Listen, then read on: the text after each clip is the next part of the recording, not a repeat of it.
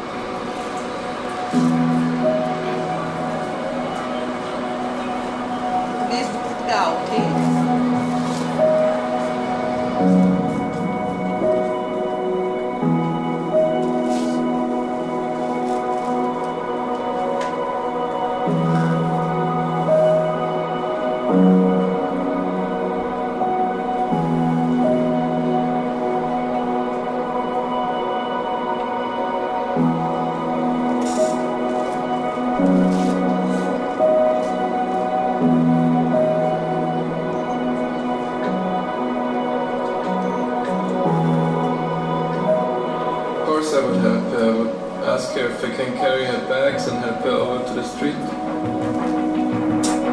Por exemplo, ajudando a apanhar as cartas para me certificar que eu não deixava nenhuma carta para trás.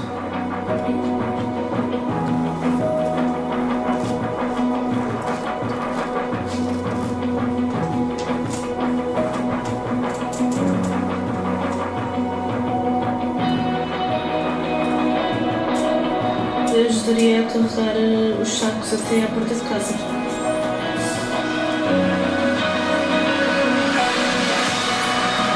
Ajudaria dizendo ao senhor que ele tinha um papel colado ao pé.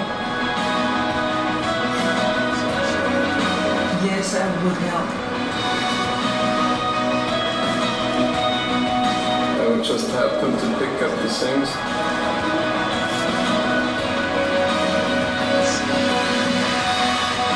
Se no mesmo oportunidade que eu, mas representar a sua parte.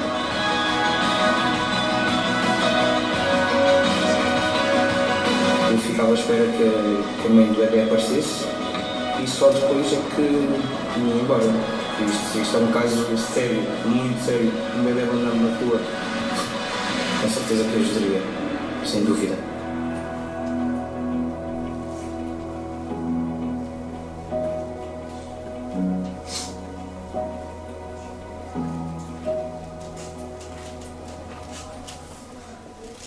Então, Não reparei sequer. essa foi uma campanha da Lipton, lá em Portugal, e acho que a mensagem aqui pra gente só confirma o quanto a gente está vivendo nesse mundo cafeinado e sem prestar atenção à nossa volta. E aí, de novo, ninguém está em julgamento, a gente está falando de um reflexo do que está acontecendo na sociedade. O convite aqui é para a gente pensar um pouco quanto isso afeta a comunicação dentro das organizações. Vamos testar a nossa escuta? A gente está falando do automático e a gente está falando de escuta ativa. Vocês topam? Então vamos. Em duplas, por favor, queria só que vocês se juntassem.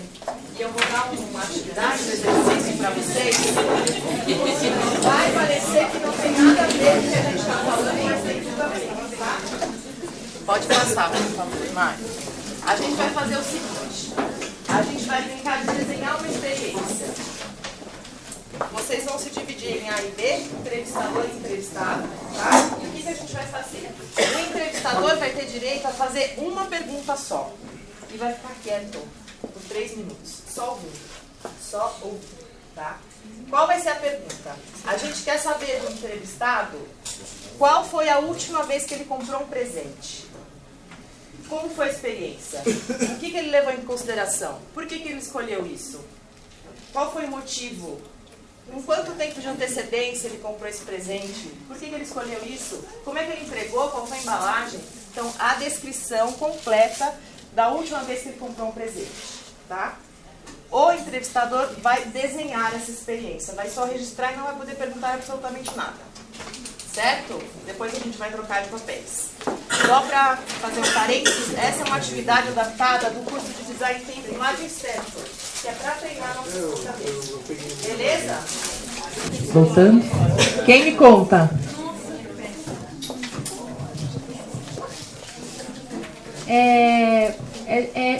É difícil, assim, você, né, aqui nessa experiência especificamente, você ouvir e ao mesmo tempo traduzir isso para uma imagem, para um desenho, que às vezes a gente nem sabe desenhar, né? Então, como, por exemplo, principalmente sentimentos, pensamentos, né, que ela colocou. Então, como traduzir isso para um desenho, né? Enfim, eu achei um desafio. Alguém achou difícil ouvir atentamente? Não ficou com nenhuma vontade de fazer mais uma perguntinha? Nem vou contar que eu vi os entrevistadores fazendo mais que uma pergunta. Não vou contar isso para ninguém. Aqui foi uma experiência maravilhosa. Eu estou aqui com meus amigos João e a Cristina. E a Cristina foi tão linda, que a hora que ela começou a falar, ela se emocionou muito. E eu queria abraçar, perguntar, consolar, falar, não, ela falava desculpa. Eu falei, não peça desculpa, porque essa história é linda. Mas eu não podia falar nada. Eu tinha que ouvir e se influenciar e deixar. Então, assim, como é difícil esse exercício, né, gente? Mas é maravilhoso, porque eu deixei ela aí até o final da história, a gente não tem muito tempo. E peguei depois uma história maravilhosa aqui do João também, que me fez também refletir sobre a minha história, né? Então foi maravilhoso, eu adorei. Obrigada. Mais alguém achou difícil ouvir atentamente, sem o impulso de perguntar e de interromper a pessoa? É difícil, né, gente? Vamos combinar? Nesse mundo cafeinado que a gente vive, é super, super difícil. Precisa do microfone, não? Pode passar para mim, por favor. Neste mundo VUCA que a gente vive, vocês estão familiarizados com essa sigla? Vocês conhecem? Não? No mundo que a gente vive de quarta revolução industrial, o que se fala muito nas organizações atualmente? Que a gente vive num mundo VUCA, que é um mundo volátil, incerto, complexo e ambíguo. Por quê? Porque as mudanças estão acontecendo mais rápido do que o comportamento humano dá tempo de assimilar. Então a gente chega nas organizações, tem muita ambiguidade mesmo, tem muita complexidade mesmo, não tem respostas prontas. E a gente está se debatendo com isso. Tem um lado muito bom, Mari, por favor, que é o surgimento de empresas nessa economia da colaboração, empresas disruptivas, que revolucionam indústrias, que trazem serviços, né, para nós, usuários, que pensam nas nossas necessidades, e é incrível. Mas tem também um lado sombra disso tudo que está acontecendo com a sociedade, que é o quanto as pessoas estão infelizes nas organizações. Quem já pediu demissão aqui por conta de algum chefe?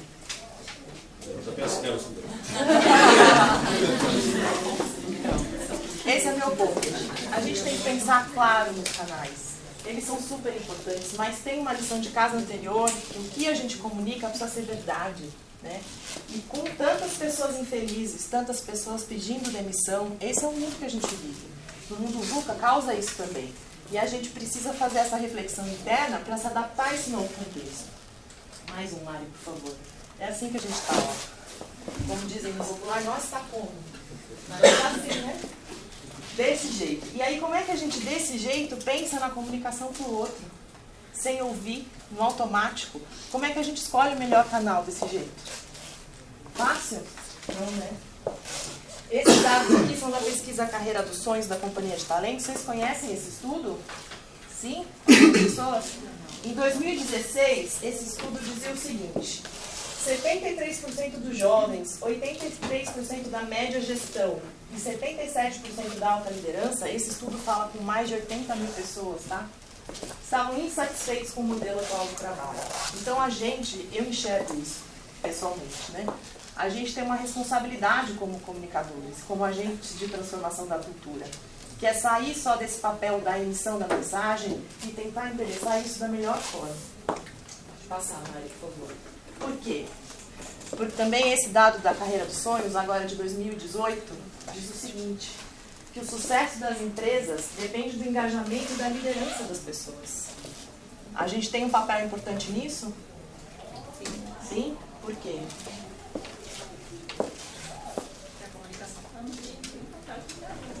Sim, porque a gente dá contorno a isso tudo, né? A gente dá voz a essa cultura. Por isso nosso papel é tão importante. Pode passar, Mari, por favor. Como é que a gente comunica, então, nesse contexto? Pensando, desenhando, indo, se aproximando cada vez mais do nosso usuário.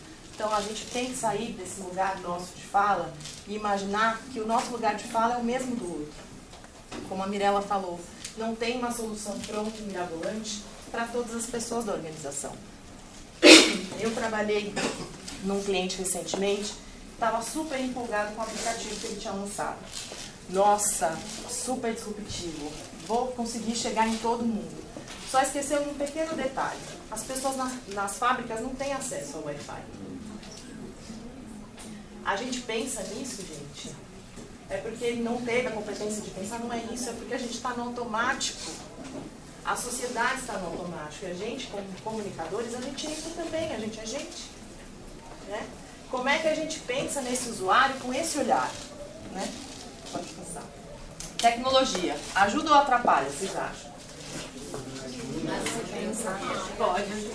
Pode ajudar. Ajuda, né? Depende de como você diz. Pode passar, né? Uma brincadeira aqui. Vocês assistiram Casa de Papel?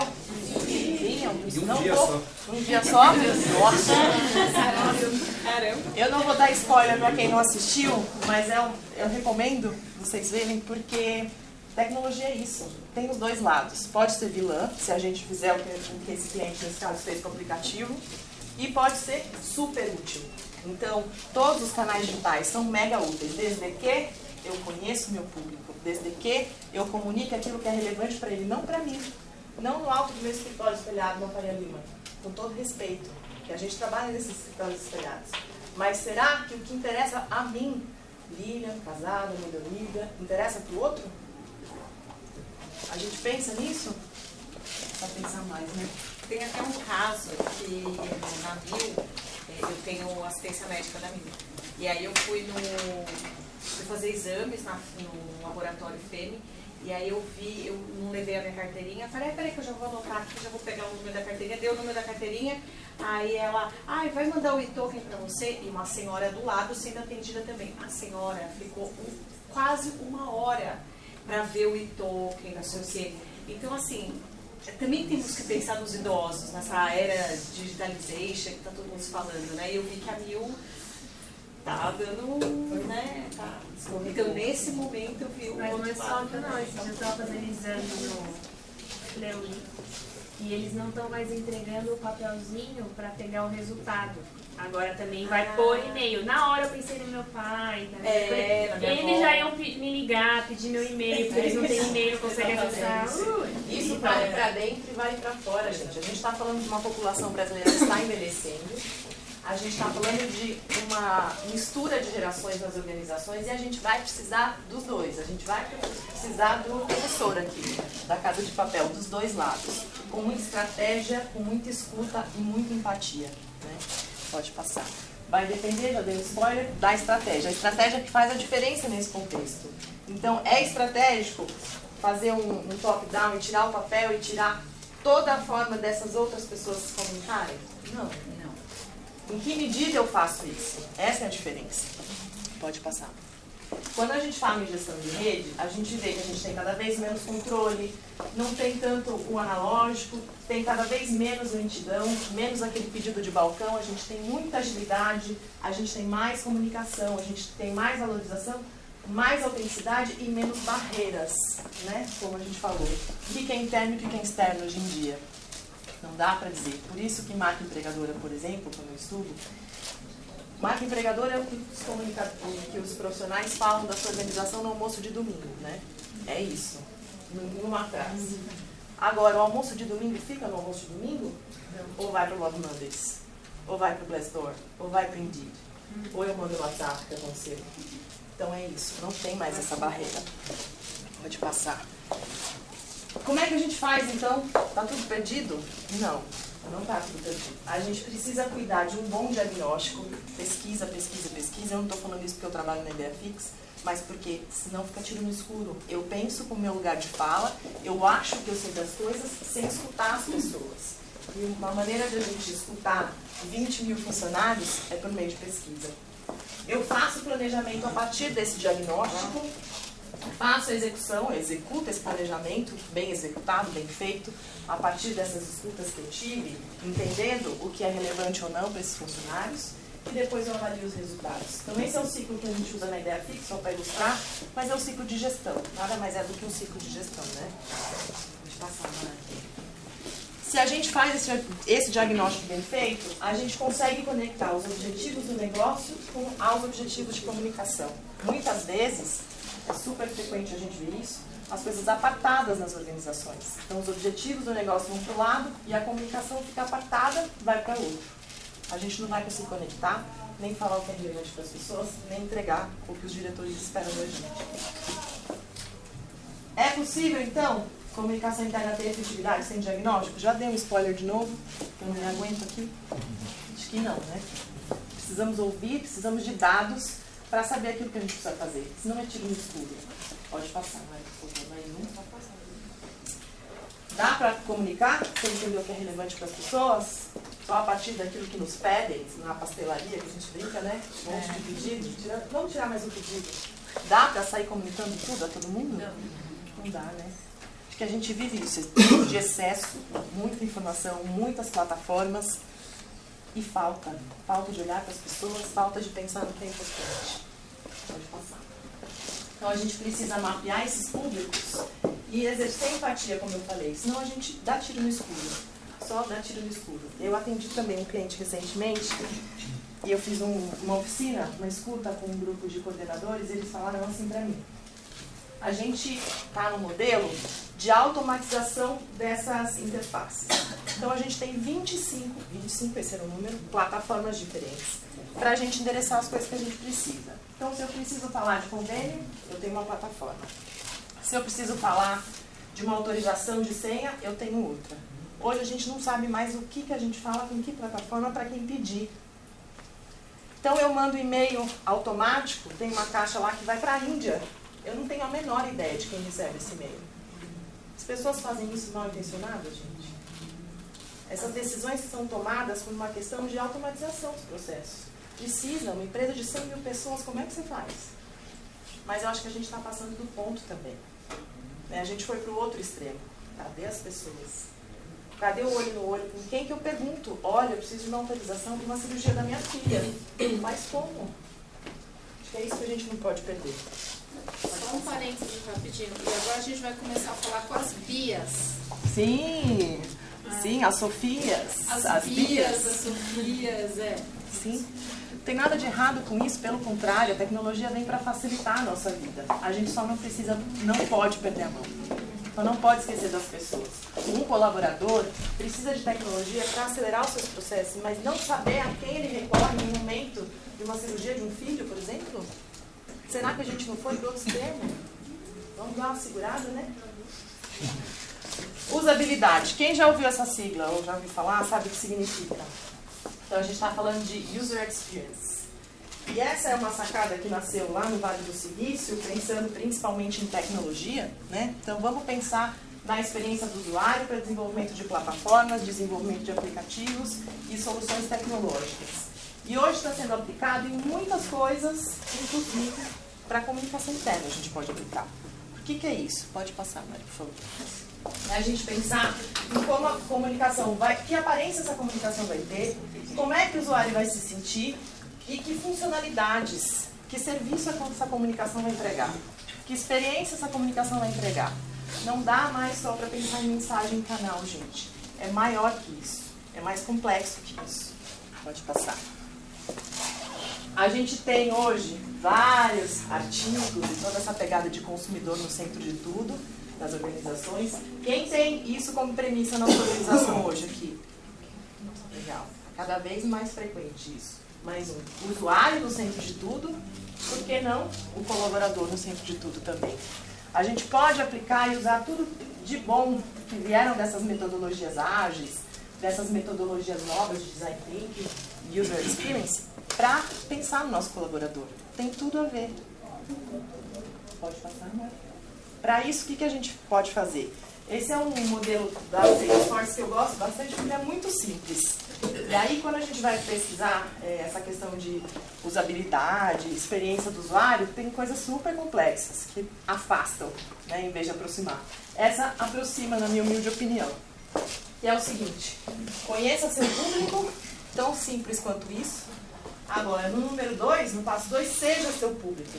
Quantos de nós consegue ir à fábrica e viver um dia do lado de um operário? Na loucura que a gente vive. Estou cheia de perguntas para a Mirella, cheia de perguntas. Quero saber como é que eles conseguem se aproximar. Porque eu tenho vários casos de vários clientes com esse modelo de agentes locais, mas as pessoas não conseguem sair do dia a dia, estão lá no automático e não conseguem cumprir esse papel. Ainda mais quando são de outras áreas. Ou até a força de vendas. Ou até a força de vendas. Está todo mundo correndo atrás do rabo. Identificar essas pessoas e que o líder não se sinta ameaçado por essas pessoas. Tem muita complexidade só nesse modelo. Né? Então, como é que a gente consegue resolver isso? Quantos de nós conseguem parar de tirar pedido do nosso dia a dia, da comunicação interna, para viver um dia na vida? Um dia na vida de um trabalhador rural, um dia na vida de um operário, um dia na vida de um diretor. A gente não consegue vestir o sapato do outro, gente. E a comunicação precisa disso. Né? Número 3, conecte-se com o seu público. O que é isso? Eu conheci meu público, eu vesti o sapato dele e eu preciso manter contato com ele. porque senão isso se perde. E crie valor para ele. Quando a gente vive na pele, sente na pele as necessidades do outro, a gente pensa um canal como a TV, por exemplo, de um jeito muito diferente. A gente não vai comunicar aquilo que a nossa diretoria pediu, que para eles não faz a menor diferença. A gente vai colocar, sim, os aniversários daquele grupo, a gente vai colocar, sim, lançamentos e produtos importantes do jeito que eles vão entender, do jeito que eles podem compartilhar, do jeito que faça sentido para eles. Tá? Pode passar, Mari, por favor. Essa imagem é uma imagem que eu gosto muito, porque eu acho que a gente acaba, no afã de fazer o melhor, né, no desejo de entregar mais, que vem essa pressão também nesse mundo VUCA, entregue mais por menos, cada vez mais rápido, trabalhe por 2, trabalhe por 3, né? A gente acaba diminuindo o nosso olhar e pensando que o Brasil está restrito a São Paulo e Rio de Janeiro, né? Só que não. Então a gente tem muitos Brasis e a gente tem realidades completamente diferentes. Pode passar. A gente tem sim a pegada Google aqui em São Paulo, inclusive. A gente tem as pessoas indo trabalhar de bicicleta, a gente tem as pessoas levando o cachorro para o escritório e a gente tem a tal da mesa de ping-pong. Sem nenhum juízo de valor, tá tudo certo se combinar com a cultura. Tá tudo certo com ela. Cerveja, tá tudo certo se combinar com a cultura. Opa! Estou desatualizada. Opa! Tava conversando com uma aluna semana passada e ela falou, olha, esse negócio de pet não dá pra mim. Tava lá trabalhando, fazendo um projeto no Google, no cachorro lambendo meu pé, Deus me livre. Então tem os dois lados. Tem aquele que se sente ofendido. Como assim você está falando que meu cachorro está lambendo seu pé? E tem aquele que se incomoda. A mágica está em pensar nesse usuário e conseguir lidar com essa complexidade, né? Mas a gente sim tem realidades do Google aqui dentro, a gente não vai fazer mural para comunicar com essas pessoas, porque a gente também não atinge. A gente precisa conhecer o nosso público. E a gente tem essa realidade também. Eu fiz um diagnóstico de experiência do colaborador para um cliente, quinta maior empresa do mundo no setor dela, e eu fiquei chocada. Por que eu fiquei chocada? Porque eu tinha lá uma série de atributos para validar com os entrevistados, e eu conversei com um trabalhador rural. Estava lá, com a minha lista pronta, arrasando. Não, vamos lá. Quero saber dessa ferramenta, dessa tecnologia, desse canal. E olha o que ele me respondeu. Pode passar, Mari, por favor. Qual é o maior valor dessa marca? O que te faz mais feliz em trabalhar na XXX? Moça, eu não troco essa empresa por nada nesse mundo. Sabe por quê? Porque ela é a única empresa que já me pagou em dia. E eu tenho certeza que eu vou conseguir levar comida para minha casa. Então, assim, não nos percamos, né, nesses excessos e nessa falta. A gente precisa olhar além do nosso lugar de fala e desconfiar quando a gente tiver muita certeza de que a gente sabe o caminho. Uma dica. Se você tiver muito certo daquilo que você está desenhando de comunicação interna, lembra dessa dica aqui, ó. 75% da população mundial é diferente de você e é diferente de mim. Não sou eu que estou dizendo isso, são pesquisadores do comportamento. Esse livro é uma excelente referência se vocês quiserem se aprofundar. People Styles at Work. 75% da população mundial pensa diferente de você. Dá pra gente achar alguma coisa? Dá pra gente ter certeza de que aquilo que saiu da nossa cabeça, que é uma mensagem linda e maravilhosa, pode estar mesmo para o seu grupo, para o seu clube, mas para toda a organização? Né?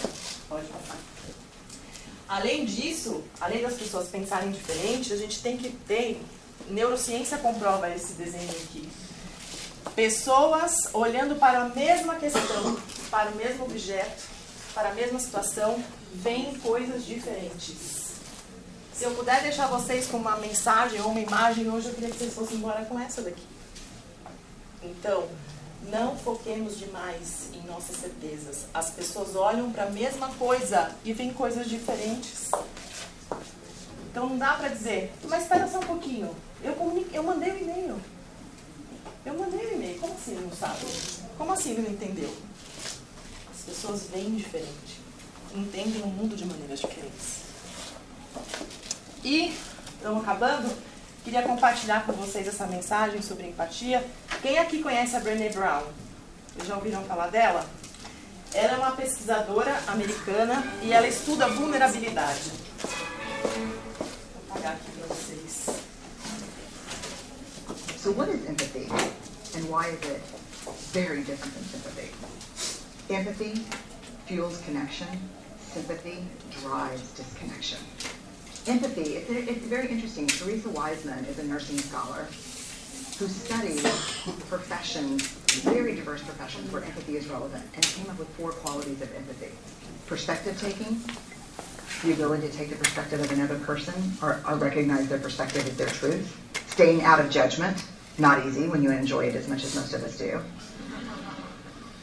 Recognizing emotion in other people and then communicating that. Empathy is feeling with people.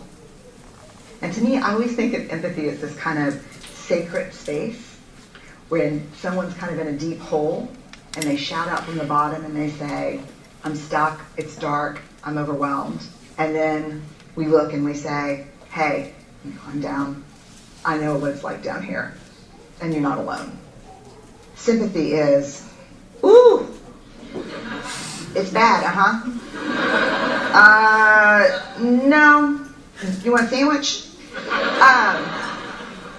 Empathy is a choice, and it's a vulnerable choice, because in order to connect with you, I have to connect with something in myself that knows that feeling. Rarely, if ever, does an empathic response begin with at least. And we do it all the time, because you know what? Someone just shared something with us that's incredibly painful, and we're trying to silver lining it. I don't think that's a verb, but I'm using it as one. We're trying to put the silver lining around it. So, I had a miscarriage. At least you know you can get pregnant. I think my marriage is falling apart. At least you have a marriage. John's getting kicked out of school. At least Sarah is an A student. But one of the things we do sometimes in the face of very difficult conversations is we try to make things better. If I share something with you that's very difficult, I'd rather you say, I don't even know what to say right now, I'm just so glad you told me. Because the truth is, rarely can a response make something better. What makes something better is connection.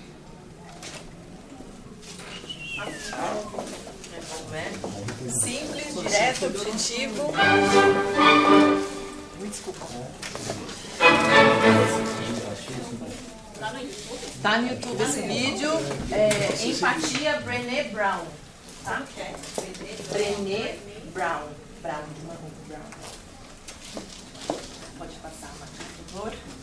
Então, perguntas importantes aqui pra gente fechar. A gente tá realmente escutando? O que vocês acham? Não, né? Não muito.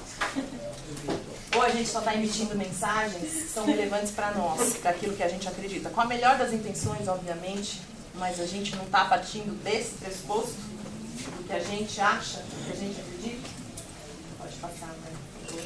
Então, a troca e esse diálogo vai acontecer por meio dos canais digitais, inclusive, se a gente conhecer o nosso público, se a gente entender as dores desse público, se a gente desenvolver uma estratégia focada nisso, em resolver essas questões, se a gente escolher o canal mais adequado a partir dessa estratégia e dessa escuta, se a gente criar mensagens que sejam tão relevantes para o negócio quanto relevantes para as pessoas, e se a gente cuidar dos processos, até como a Mirella falou, com governança, sem processo, sem fluxo e sem repetir, voltar ao início sempre, a gente não vai chegar lá.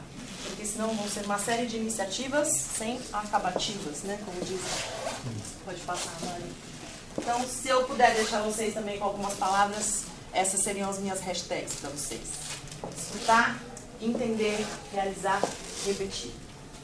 É isso, gente. Obrigada.